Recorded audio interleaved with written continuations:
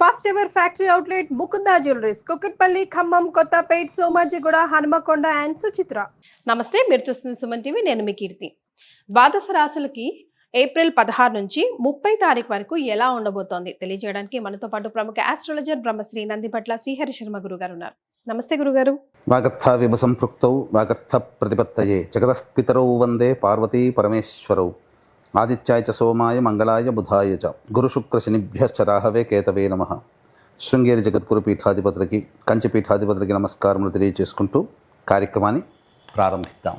April నెలలో 16వ తారీఖు నుంచి 30వ తారీఖు వరకు ద్వాదశ రాశులలో జన్మించినటువంటి వారికి ఏ విధంగా ఉండబోతుందో తెలుసుకునే ప్రయత్నం చేద్దాం. ముందుగా గమనించాల్సినటువంటిది, వీక్షించేటువంటి సుమన్ టీవీ ప్రేక్షకులు గమనించాల్సినటువంటి అంశం ఏంటంటే, చాలామంది కామెంట్స్ రూపంలో తెలియజేస్తున్నారు, చెప్పినవి కొన్ని జరుగుతున్నాయి, కొన్ని జరగట్లేవు, కారణం ఏంటి అని చెప్పి. ప్రధానంగా శాస్త్రాన్ని అనుసరించి ఎప్పుడైనా మనం వెళ్ళాలి కాబట్టి రాశి మరియు లగ్నము రెండూ ప్రధానమే. కాబట్టి ఇక్కడ ఈ యొక్క సందేహాలకన్నిటికీ కూడాను నివృత్తి చేస్తూ ఇప్పుడు క్లియర్ కట్గా ఇంకా లోతైనటువంటి విషయ పరిజ్ఞానాన్ని ప్రేక్షకులకు అందించాలనేటువంటి సదుద్దేశంతో మనం ముందుకు వెళదాం. ముఖ్యంగా అందరికీ కూడా గుర్తుపెట్టుకోండి, జన్మ లగ్నం అని ఉంటుంది, జన్మ నక్షత్రాన్ని బట్టి రాశి ఉంటుంది. కొంతమందికి date of birth, time, place తెలియవు. కాబట్టి పేరులో మొదటి అక్షరం ఏది ఉంటుందో దానిని బేస్ చేసుకొని ఆ రాశిని మనం చూసుకోవాలి. అయితే నామనక్షత్రంలో కూడా చాలామంది పొరపాటు పడుతున్నారు. కాబట్టి ఇక్కడ వాటికి సంబంధించినటువంటిది, ఉదాహరణకి శ్రీనివాస్ అనే పేరుందనుకోండి, ఏం చూస్తున్నారు? కుంభరాశి చూస్తున్నారు, కాదు, తులారాశి చూసుకోవాలి. ఇలా కాబట్టి ఎవరైనా కానీ జన్మించిన లగ్నాన్ని ఆధారంగా చేసుకొని మొట్టమొదటిగా మనం చూసుకోవాలి. జన్మ లగ్నం తెలియని వాళ్ళు కనీసం రాశి నుంచి చూసుకోవాలి. ఈ జన్మలగ్నము రాశి రెండూ తెలియనటువంటి వాళ్ళు నామ నక్షత్రం మీదుగా చూసుకోవాలనేటువంటిది విషయాన్ని ప్రేక్షకులకు తెలియజేస్తున్నాను. కాబట్టి ఈ పట్టు నుంచి మనము లగ్నాన్ని బేస్ చేసుకొని మరియు రాశిని బేస్ చేసుకునే విధంగా తెలియజేసుకునే ప్రయత్నం చేద్దాం. ముఖ్యంగా కొంతమందికి, ఉదాహరణకి ఇప్పుడు మనం మేష నుంచి మొదలు పెడుతున్నాం కాబట్టి మేషలగ్నము, ఈ మేషలగ్నము ఒక వ్యక్తికి ఉంటుందనుకుందాం. అదే మేషలగ్నంలో జన్మించినటువంటి వ్యక్తికి కన్యా రాశి. మరి ఏ రాశి ఫలాలు చూసుకోవాలి అనేటువంటి సందేహం కూడా కలుగుతుంది. కాబట్టి ఇక్కడ నివృత్తి చూస్తూ మొట్టమొదటిగా లగ్నమే ప్రధానం కాబట్టి ఎవరు ఏ లగ్నంలో జన్మించారో ఆ లగ్నాన్ని బేస్ చేసుకునే పరిహారాలు చూసుకుంటే మీకు ఖచ్చితంగా అన్నీ సరిపోతాయి. అది గుర్తుపెట్టుకోండి. లగ్నము తెలియని వాళ్ళు అప్పుడు రాశి చూసుకోవాలి. అంటే ఒకరిది మేషలగ్నం అయి ఉండి కన్యా రాశి అయితే లగ్నాన్ని మేషలగ్నంగానే ప్రధానంగా చూసుకొని ఫలితాలు బేరీజ్ వేసుకోవాలి. లేదు కన్యా రాశి అనుకున్నప్పుడు లగ్నం తెలియనప్పుడు కన్యా రాశి నుంచి చూసుకుంటే 40% వరకు మ్యాచ్ అవుతాయి. లగ్నం నుంచి చూసుకుంటే 60 to 70% వరకు మనం చెప్పేటువంటి విషయాలు మ్యాచ్ అవుతాయనేటువంటి విషయాన్ని గమనించుకోగల ప్రార్థన. ఇక వివరాల్లోకి వెళ్ళినట్లయితే ప్రధానంగా ఈ యొక్క 12 రాశిలో జన్మించినటువంటి వారికి ఏ విధంగా ఉండబోతుందో తెలుసుకునే ముందు గ్రహ సంచారం తెలుసుకుందాం. మేషంలో రవి మరియు వృషభంలో గురువు, కర్కాటకంలో కుజువు, కన్యలో కేతువు, అలాగే మీనంలో బుధ, శుక్ర, శని, రాహు గ్రహాలు. కాబట్టి చాతుర్గ్రహ కూటమి 30వ తారీఖు వరకు కూడా ఉండబోతుంది అనే విషయాన్ని గుర్తుపెట్టుకోవాలి. సో గురుగారు, ముఖ్యంగా మేష రాశి వారికి మరి ఏప్రిల్ 16 నుంచి 30 తారీఖు వరకు ఎలా ఉండబోతుందంటారు? ద్వాదశ రాశుల్లో భాగంగా మేషరాశిలో జన్మించినటువంటి వారికి మరియు మేష లగ్నంలో జన్మించినటువంటి వారికి ఏ విధంగా ఉండబోతుందో తెలుసుకుందాం. ముందుగా ఈ యొక్క సంబంధించినటువంటి లగ్నంలోనే రవి యొక్క స్థితి, అలాగే 2వ స్థానంలో గురువు మరియు 4వ స్థానంలో కుజుని యొక్క ప్రభావం వెరసి ఇంటా బయట అనేక రకాలైనటువంటి సమస్యలు ఎదుర్కోవాల్సినటువంటి పరిస్థితి. ముఖ్యంగా ఉద్యోగస్తులైతే ఉద్యోగపరంగా చికాకులు, సవాళ్ళు, ఒత్తిడిలు ఎదుర్కోవాల్సినటువంటి పరిస్థితి ఉంటుంది. కాబట్టి ఉద్యోగస్తులు జాగ్రత్తగా తోటి ఉద్యోగస్తులతో, అధికారులతో లౌక్యంతో వ్యవహరించండి. ఇది ప్రధానంగా గమనించాల్సినటువంటిది. ఇక వ్యాపారస్తులకి చూసుకున్నట్లయితే ప్రధానంగా ఈ యొక్క మేషలగ్నము లేదా మేష రాశిలో జన్మించినటువంటి వారికి కొంత అధిక ధన వ్యయం అయ్యేటువంటి అవకాశం ఉంది. కుల వృత్తుల్లో ఆశించినటువంటి మేర ధనాదాయము ఉండకపోవచ్చు. కాబట్టి జాగ్రత్తలు పాటించండి. వ్యాపారంలో ఉన్నటువంటి వాళ్ళు మాత్రం ఆచితూచి స్పందించండి. ఎందుకనంటే అడ్వాన్సుల రూపంలో ఎక్కువగా డబ్బిస్తే నష్టపోయే అవకాశాలు ఉంటాయి. కాబట్టి క్రెడిట్ రూపంలో కాకుండా నగదు రూపంలో మీ యొక్క వ్యవహారాలు కనుక చూసుకుంటే చాలా మటుకు సేఫ్ సైడ్లో ఉంటారని చెప్పవచ్చు.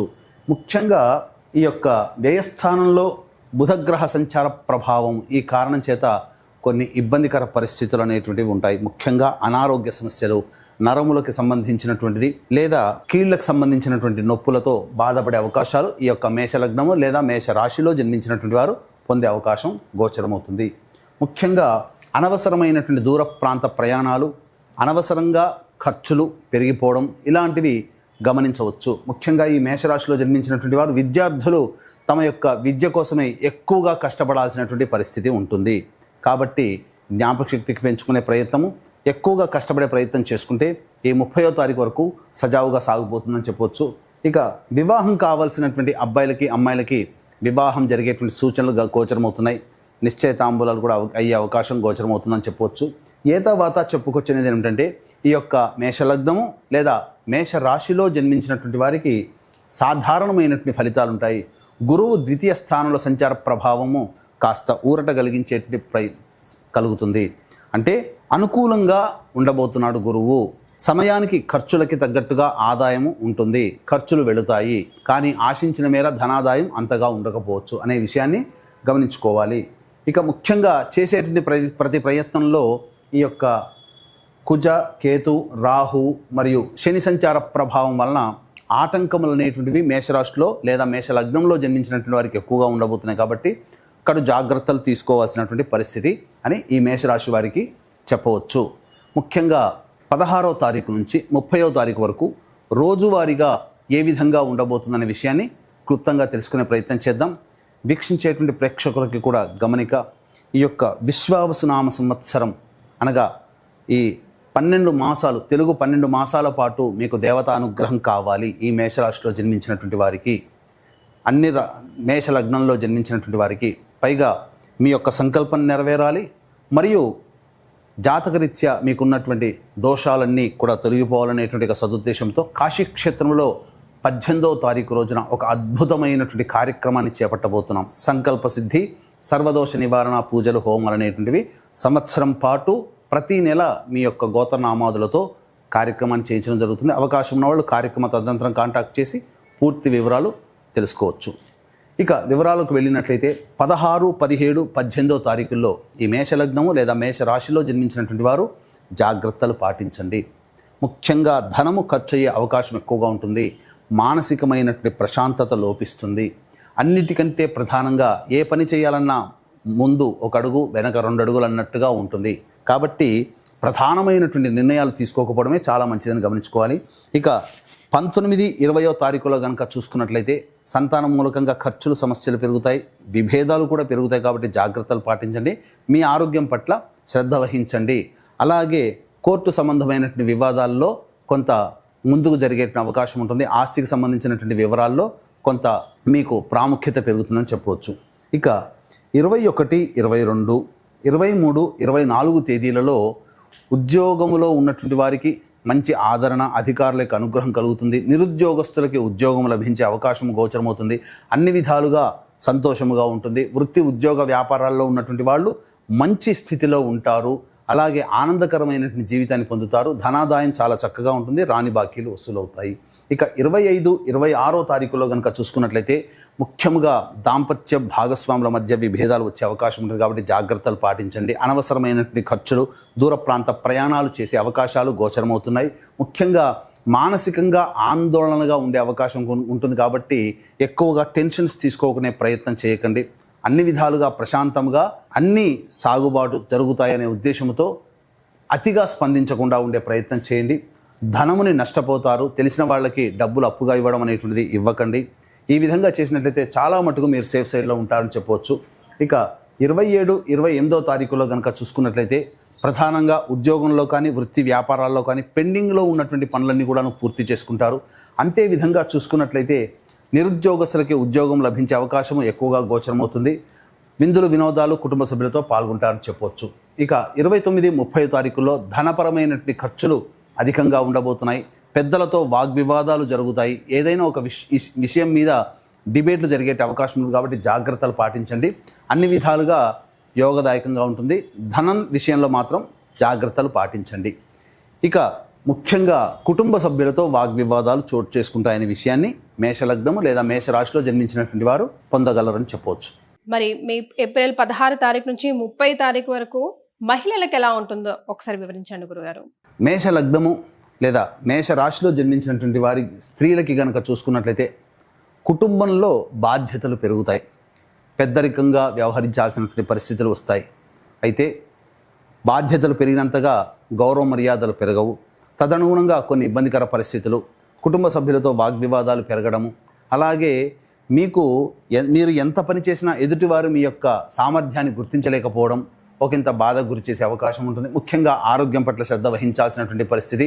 అయితే గృహిణులు అయితే కాస్త వ్యవహారాల్లో జాగ్రత్తలు పాటించండి, ఎందుకంటే కింద పడడాలు అనేటువంటివి జరుగుతాయి. కాబట్టి జాగ్రత్తగా ఉండండి. ఏది ఏమైనప్పటికీ కూడా ఈ యొక్క మేషరాశి లేదా మేషలగ్నంలో జన్మించినటువంటి మహిళలు ఉద్యోగినులైతే జాగ్రత్తలు పాటించండి. ముఖ్యంగా అధికారులతో వాగ్వివాదాలు చోటు చేసుకుంటాయి. ఇక ఏతావాత చూసుకున్నట్లయితే ఈ యొక్క మేషరాశి లేదా మేషలగ్నంలో జన్మించినటువంటి మహిళలు చాలా మటుకు ప్రశాంతంగా ఉండే ప్రయత్నం చేయండి. అనవసరమైనటువంటి విషయాల్లో తలదూర్చకుండా ఉండడమే మేలు అనేటువంటి విషయాన్ని గమనించుకోవాలి. మరి వీరిరువురు ఎలాంటి పరిహారాలు పాటించాలంటారు? ఇక ఈ మేషరాశి లేదా మేషలగ్నంలో జన్మించినటువంటి వాళ్ళు తీసుకోవాల్సినటువంటి జాగ్రత్తలు కనుక చూసుకున్నట్లయితే ప్రతిరోజు సూర్యుడికి నమస్కారం, సూర్యాష్టకం 6 సార్లు పారాయణం చేయడం, సుబ్రహ్మణ్య భుజంగ స్తోత్ర పారాయణం చేసుకున్నట్లయితే చాలా మటుకు ప్రశాంతత నెలకొని ఉంటుంది. అలాగే ఈ ఏప్రిల్ 18వ తారీఖు రోజున జరుగుతున్నటువంటి సంకల్ప సిద్ధి సర్వదోష నివారణ పూజల హోమాల్లో పాల్గొనడం ద్వారా మీకున్నటువంటి చాలా మటుకు సమస్యలు ఆ విశ్వేశ్వరుని యొక్క అనుగ్రహంతో తీరుతాయని చెప్పవచ్చు. చాలా సంతోషం గురుగారు, ధన్యవాదాలు. సర్వం శ్రీ ఉమామహేశ్వర పరబ్రహ్మార్పణమస్తు.